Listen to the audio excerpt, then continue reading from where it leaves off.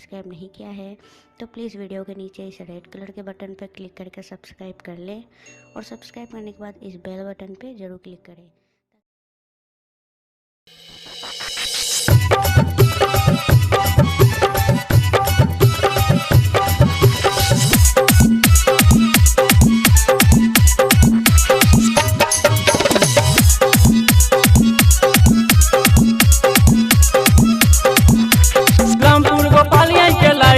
सब रंगदार है रे साखिया, इस्लामपुर गोपालिया के लाइकन सब रंगदार है रे साखिया।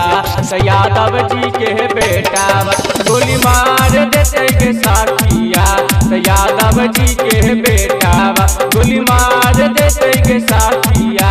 इस्लामपुर गोपालिया के लाइकन सब रंगदार है रे साखिया, इस्लामपुर गोपालिया के लाइकन सब रंगदार है रे साखिया।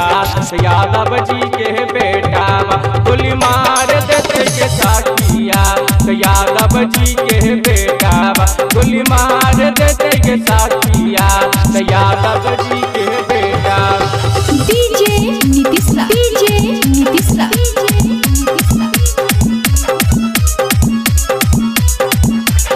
मंगुरा नवादा, मंगुरा नवादा, मंगुरा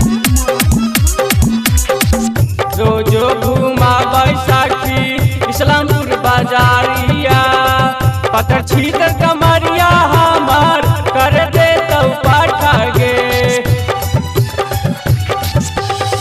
रोजो घूमा बैसाखी इस्लामपुर बाजारिया, पकड़ छीतर कमरिया हमार कर दे तो पाठा गे।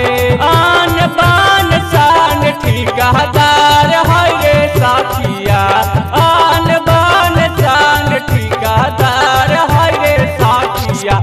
यादव जी के बेटा गोली मार देते के साखिया, यादव जी के बेटा गोली मार देते के साखिया।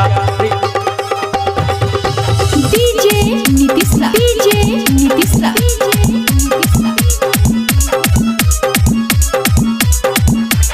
मंगुरा नवादा, मंगुरा नवादा, मंगुरा नवादा।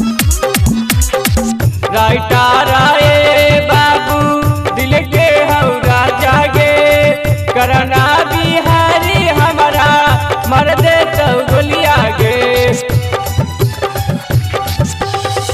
राइटर आए भाई दिल के हौरा जागे, करना बिहारी हमारा मर दे तो गोलिया गे। गोपालगंज के लाइकन सब रंगदार है रे साखिया, गोपालगंज के लाइकन सब रंगदार है रे साखिया। संतोष साहबा के बेटा गोली मार देते के साखिया,